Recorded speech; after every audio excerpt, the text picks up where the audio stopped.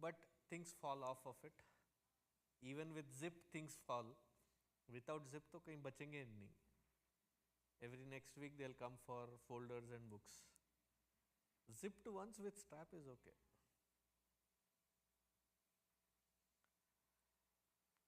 How are you all? Sorry, last week it was a little, but thank you for accommodating.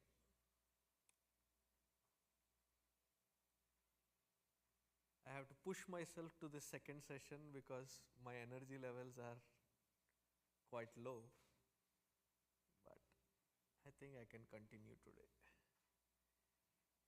The 9th shloka of Bhaja Govindam has several layers of depth and understanding. We have had an opportunity to see only one layer of it.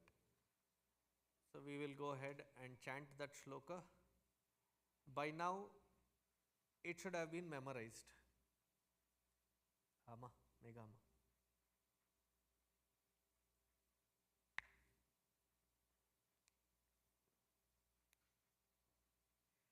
So, by now we should have memorized it because the entire shloka has only 4 words repeated twice. Within those 4 words, the entire meaning and depth has been given. Have you memorized it? क्या यार, कभी कभी teacher को भी inspiration चाहिए होता है. Okay, repeat after me. सत्संगत्वे निस्संगत्वम्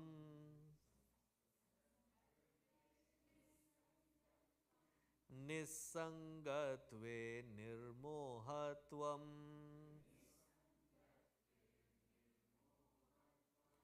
निर्मोहत्वे निश्चलतत्वम्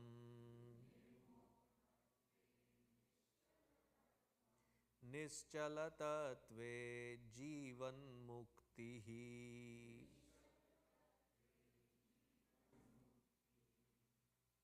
टुगेदर. सत्संगत्वे निस्संगत्वं निस्संगत्वे निर्मोहत्वं निर्मोहत्वे निश्चलतत्वं निश्चलतत्वे जीवन्मुक्तिः. नेक्स्ट वीक मैं किसी को भी खड़ा कर दूंगा, पूछूंगा कि अब पता चला कि नेक्स्ट वीक आया, कोई अडल्ट रहा ही नहीं, सब भाग गए.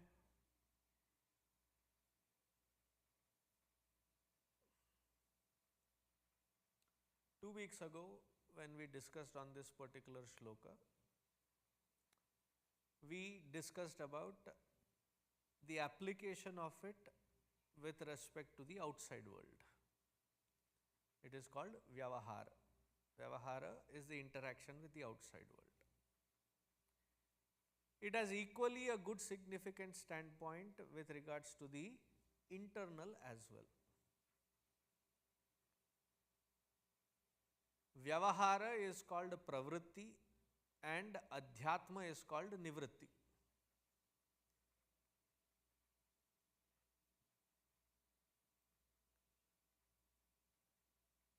An individual's vyaktitva or character is seen because of their pravritti.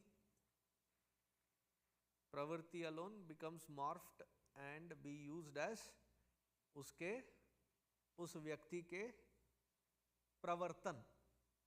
Pravartan is the expression of this pravritti only. Sanskritam is a beautiful language. For everything there is a root cause, a root word. The root word here is called vritti. Vritti means thought. Pravritti prakatita vrittayah. Pravritti, the expression of that thought outwardly is called pravritti. Nivritti. Nivritti meaning to get beyond the thought, away from the thought to stability. pravritti, nivritti. Since we are at that topic. Why is a thought called vritti? Vritta in various Indian languages, vritta means vrittakar, golakar, circular or spherical in shape is called vritta. So the thought goes in cyclic order, that it goes from the inside through the organs of perception to the outside world, it touches that whatever is to be seen, heard, smelt, it touches it and comes back forming a loop, vritta. And based on that, those thoughts are generated. So vrittakara, that which forms this loop inside or outside, therefore is called a thought. That which expresses an action, actions are louder form of our own thoughts, isn't it? Supposing I am angry and the children are making lot of noise, when I make that expression, I have said nothing, but in action when it is expressed, it is the louder expression of my own thought. Therefore, it is called pravritti. Getting beyond the agitations of that mind is called nivritti. So this shloka is so comprehensive that it not only talks about how to interact and interface with the world outside to find that peace within, it also talks about how to withdraw in the spiritual sense, in the adhyatma. In the adhyatmic way, in the spiritual sense, satsangatve. Satsangatve meaning one begins their journey from satsanga. Now what is a satsanga? That which talks about, that which informs, that which creates an opportunity for us to understand and assimilate the very purpose of life. Now the entire Vedic literature, let me put it this way. Swami Ramakrishna Paramahamsa, you all know who he is, right? Okay.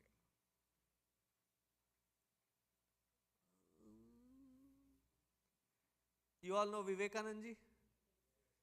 Vivekananda ji's guru, Swami Ramakrishna Paramahamsa. So he in his works says beautifully, he says, our Vedic Hindu scriptures are quite vast. 4 Vedas, 18 Puranas, 18 Upapuranas, then the Itihasa, Ramayana, Mahabharata, then the Smriti Granthas, then there are Prakarana Granthas, then there is poetry. In and through all of this, if we have to bring the essence of Hindu scriptures,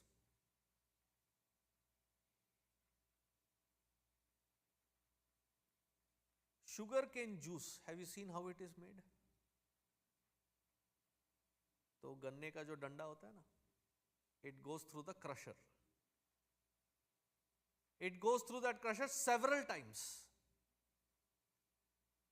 That by the time they throw it, discard it, even the cow will not touch that leftover pulp because its essence has been extracted. And then you collect it and drink that up.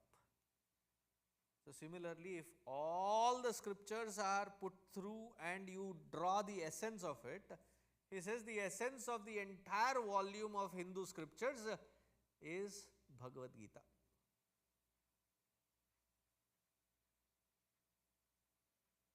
Therefore, at the end of each chapter, we chant Om Tat Sat Iti Shrimad Bhagavad Gita Su. In this Bhagavad Gita, Upanishatsu, Brahma Vidyayam, Yoga Shastre, Shri Krishnarjuna Samvade.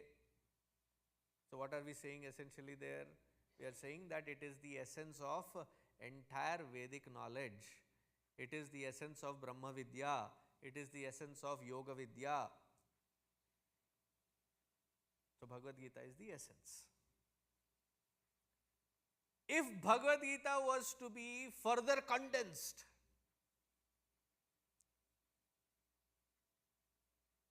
Sugar cane juice का jaggery बनता है.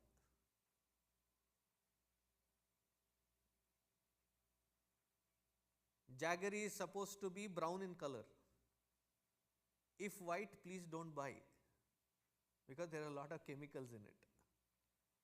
Brown wala jo jaggery banta hai, that is the condensed form of the entire sugarcane juice. So if Bhagavad Gita was to be condensed, he says the essence of Bhagavad Gita lies in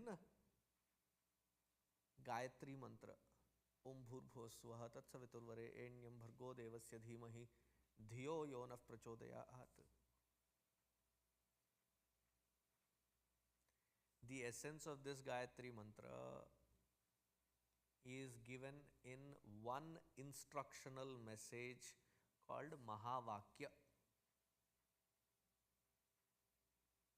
There are several Mahavakyas throughout the Upanishad. 4 have been picked as the most important. Of these 4, the instructional one is called Tat Tvam Asi. एक बार repeat कर दीजिए. तत् त्वम असि.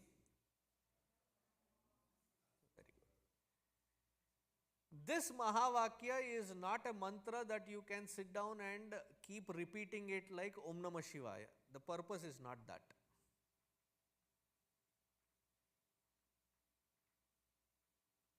If somebody is sitting and using these Mahavakyas as japa, then they have missed the point a long way.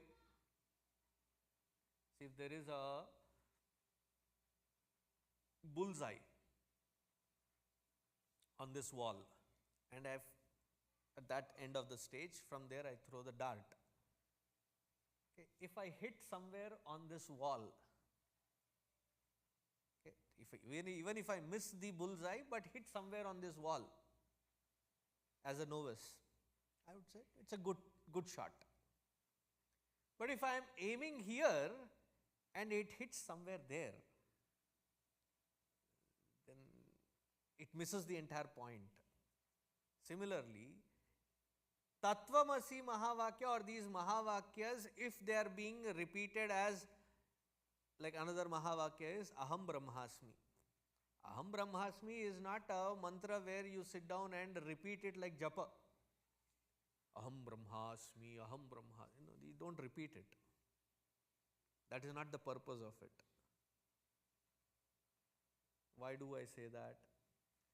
Tattvamasi Mahavakya is called the instructional Mahavakya. Upadesha Vakya, instruction.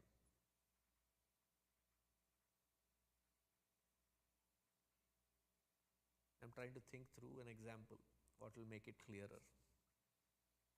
Supposing both of you as parents have to go out to somebody's house or an event, the child is yet to come back from their whatever friend's house.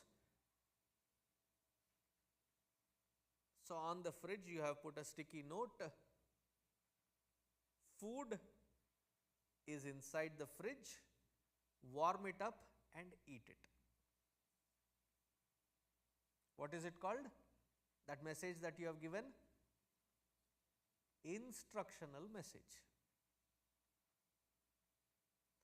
Whenever through that event you found some time, you called up your child, fridge pe pada tha kya? Did you read that notice which I kept for you? And if the kid says, yeah, food in the fridge, warm it up and eat it.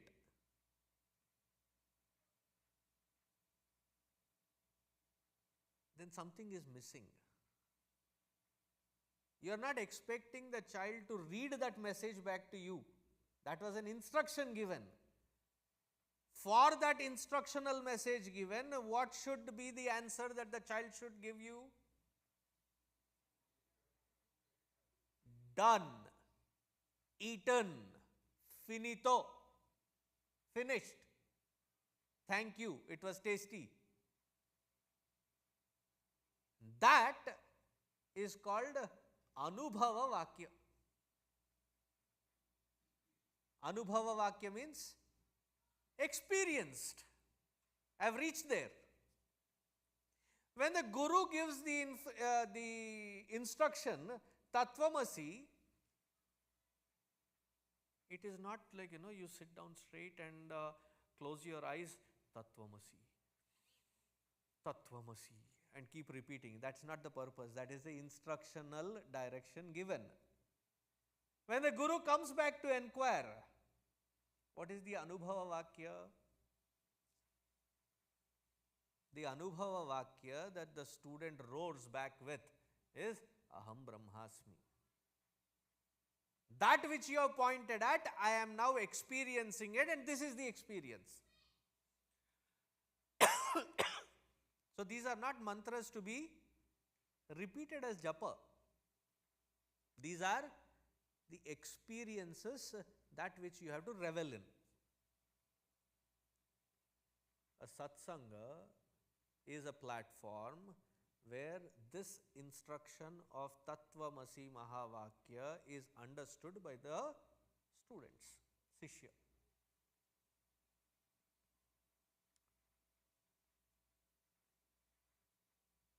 Why? In this creation, okay, before I go to the next step, first let's go through the Tattvamasi. 3 words. Tat, Tvam, Asi. Tat means that. Tvam means you. Asi means are. That thou art. You are that. Again, the word meaning tat or that, it is a reference.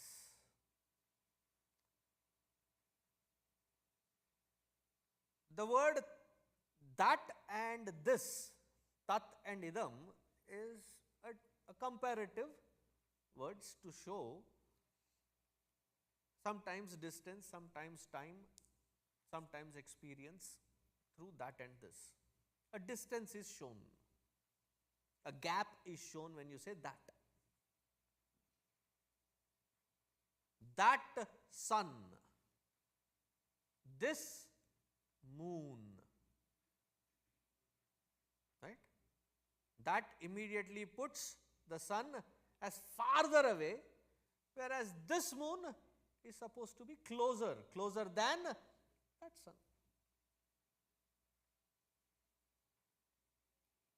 That moon.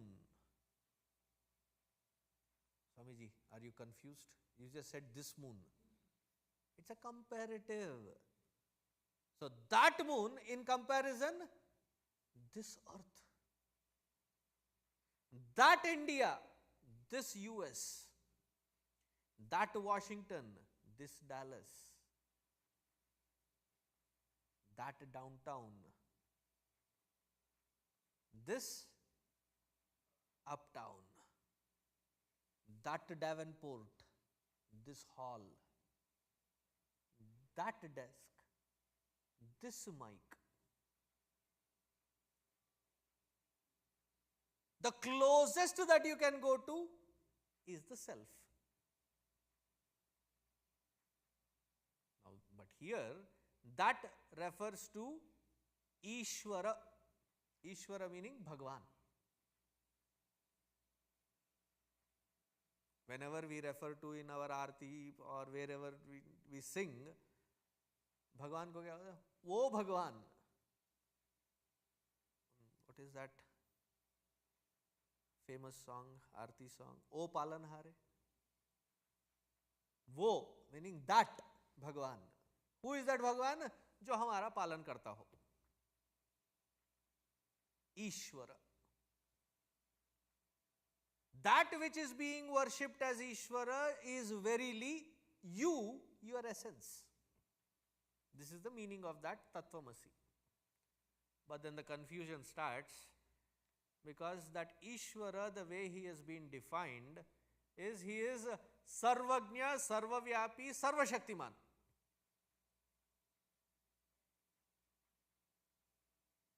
Sarvagnya meaning Gnya, knowledge. Sarvagnya, all knowledgeable. Sarvashaktiman, all powerful. Sarvavyapi, all pervasive. All knowledge, all strength, all pervasive. That is who we call as Ishvara. Ishvara or Bhagavan.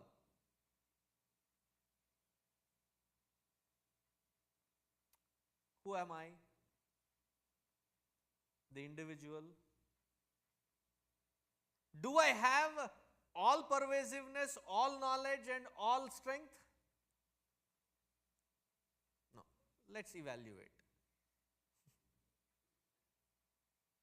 How much strength do I have? I don't know. But not enough. क्या कहा आपने? Limited. It's a very limited strength that we have. Not only that it is limited, it gets exhausted within a day, within a span of certain time it gets exhausted. Like in the morning when I started energetic. By the time I came to the second session, Gita chanting, I was already down with my energy. Day begins with energy. Sometimes in between the day by the evening,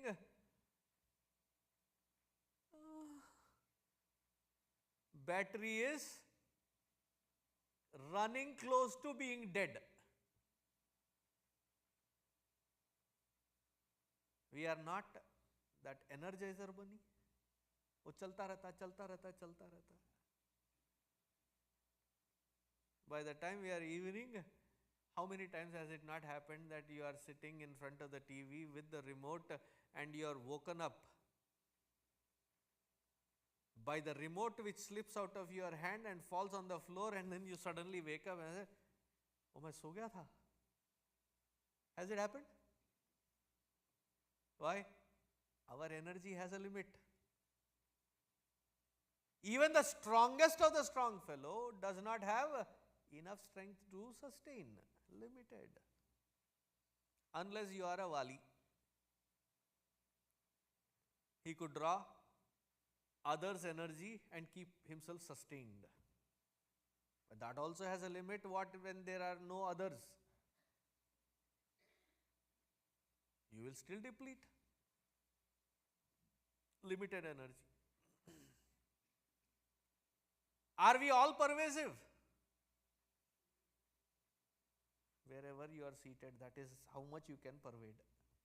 The maximum total surface area that can be experienced as pervasiveness is only in one asana. It is called Shavasana. Maximum surface area. That's how much we can pervade. Isn't it? Our pervasiveness also is limited. What about our knowledge and wisdom?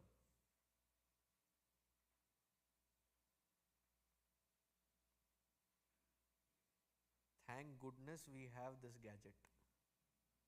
Somewhere on us there is smartness.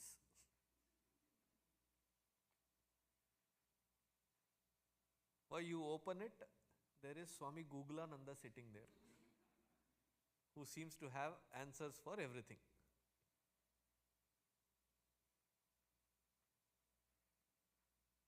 How much knowledge do we have?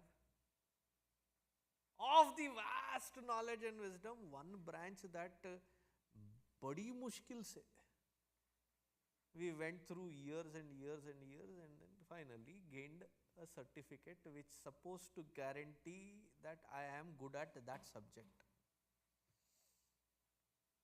But the irony in life, I have found many people interacting, like, they have done their civil engineering, structural engineering, and they are writing code in some cubicle. Like I've studied something, I have qualified myself for something, but doing something completely different because I have done after my masters, did a certificate course, Cobra, Python, Java, .NET, C कम पढ़ रहा है, C+, कम पढ़ रहा है, C++.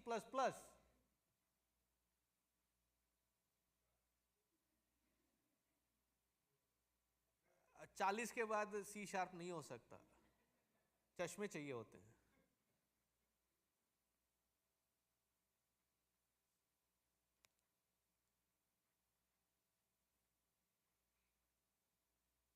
Okay, am I assuming all this? How many of you do a job which has got nothing to do with what you have been educated in? Please raise your hands. Yeah, honestly, please raise your hands. बड़े शर्माते हुए. I am not making it up. Even in that, what is the kind of grip of knowledge that we have? Gurudev used to say, today's research, those of you who have done PhD, please don't take it personally. Those of you who have done research, how is the research these days? To know more and more about less and less is called research. Is it a good way of understanding? Because there were specialists while I was growing up, it was called ENT specialist. They would cover everything in that region. Ear, nose, throat, anything in between, they would cover that. I'm just making it up, or maybe it is already there, I don't know. If you go to a ear specialist, he is going to ask, right ki left? Oh, you have a left ear infection.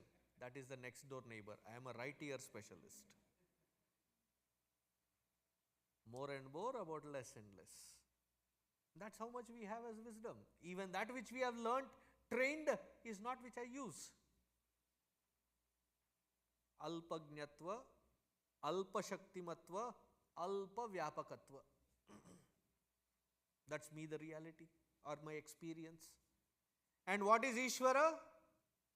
Ishvara is that which is all pervasive, all knowing, and all powerful. How can this both be same? Tat tvam asi. गुरु जी जरा आप सोच के फेंका कीजिए, ये कुछ जम नहीं रहा. That Ishvara, where that is supposed to be the all-pervasive one, I don't have any such. How can this be the same? In fact, as an explanation on these three words, many orthodox experts have said, entire Bhagavad Gita is a commentary on these three words. The first 6 chapters is the description or the exposition on the word Tvam. The next set of 6 chapters of Bhagavad Gita, कितने chapters हैं Bhagavad Gita में? 18. So first 6 is Tvam. Next 6 is Tat. It talks about that Ishvara. And therefore it ends in the bhakti of that Ishvara, which is the 12th chapter, Bhakti Yoga. The last 6 chapters talk about the affirmation of them being one and the same. Tat Tvam Asi. So therefore the understanding of this word Tat has to be expanded further. In such, the definition given is that Ishvara is not only Sarvagnya, Sarvashaktiman and Sarvavyapi, is also Satchidananda Swarupa. Sat, Chit and Ananda is the nature of this Ishvara. It will take several episodes for us to go through all three of them. Let us just pick, at least superficially, let us go and pick one word, Sat.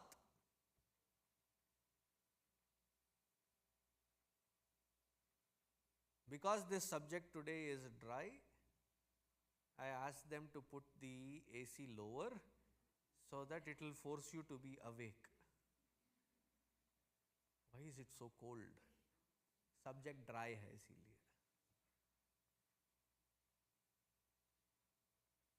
I am also sitting right under the vent, okay? मुझे भी लग रहा है. But it will look bad if I start sleeping in my own lecture. So it will be little dry, so please pay attention. What does Sat mean? The word translation of this word Sat means existential reality. The existence alone is real.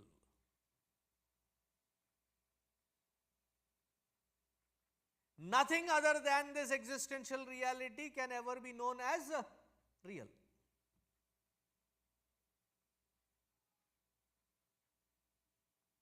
Existential reality is Sat, and anything other than this existential reality cannot be real. Everything that which is experienced as the expression of this existence alone. When we understand this, all pervasiveness of that Ishvara becomes explicitly understood and experienced. Why? There is nothing in this creation which is other than this existential reality. See, our ancestors, our rishis, they have so beautifully defined the omnipotency of this Ishvaratva as Sat.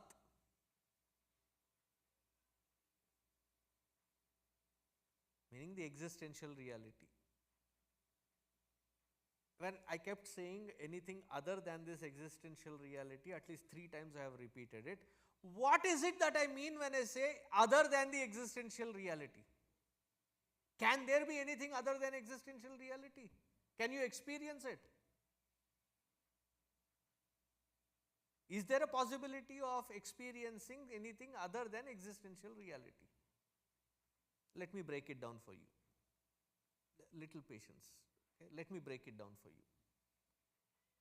Existence as reality, something other than it, meaning what would it be? It would be opposite of this. Opposite of this is what? Non-existent. That which is non-existent, can you experience it?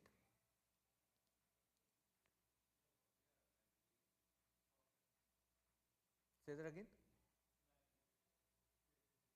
It still exists. It still exists in your head. Non-existent, it is not existing. Existence can be of 2 types. That which is manifest and that which is unmanifest. Okay. What is my next dialogue going to be, statement going to be? It can at the same time be manifest in my head but not manifest for you. It is manifest, therefore it exists. What happened? Why? Oh, it's still 2 minutes over. That's okay. ऐसा बोल रहे जैसे कि मैंने 10-15 minute ले लिया हूँ. ठीक है यार.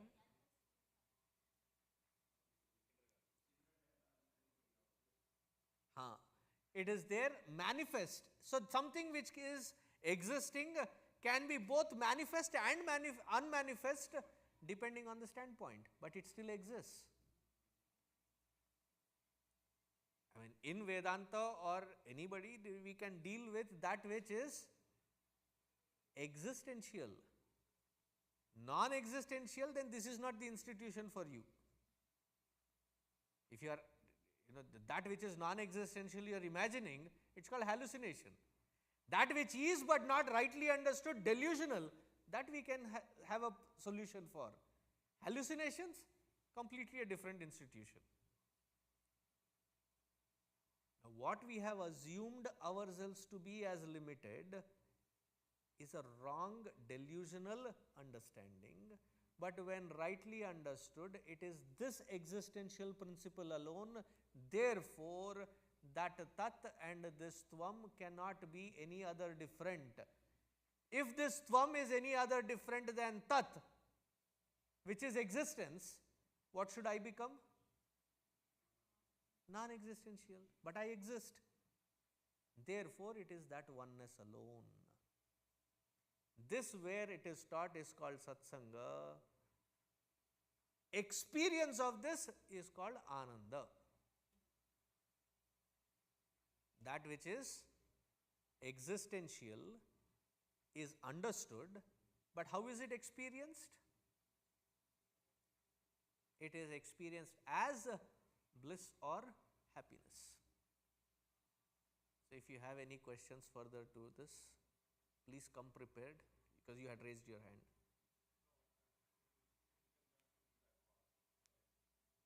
It's clear? Perfect. बस 2 मिनट दे दे तो clear हो जाता है. So, I will stop here because of lack of time. We can continue it if you are interested on this thought process next week also, but remind me of it. Om Shanti Shanti Shanti. Harihi Om Shri Gurubhyo Namaha. Harihi Om.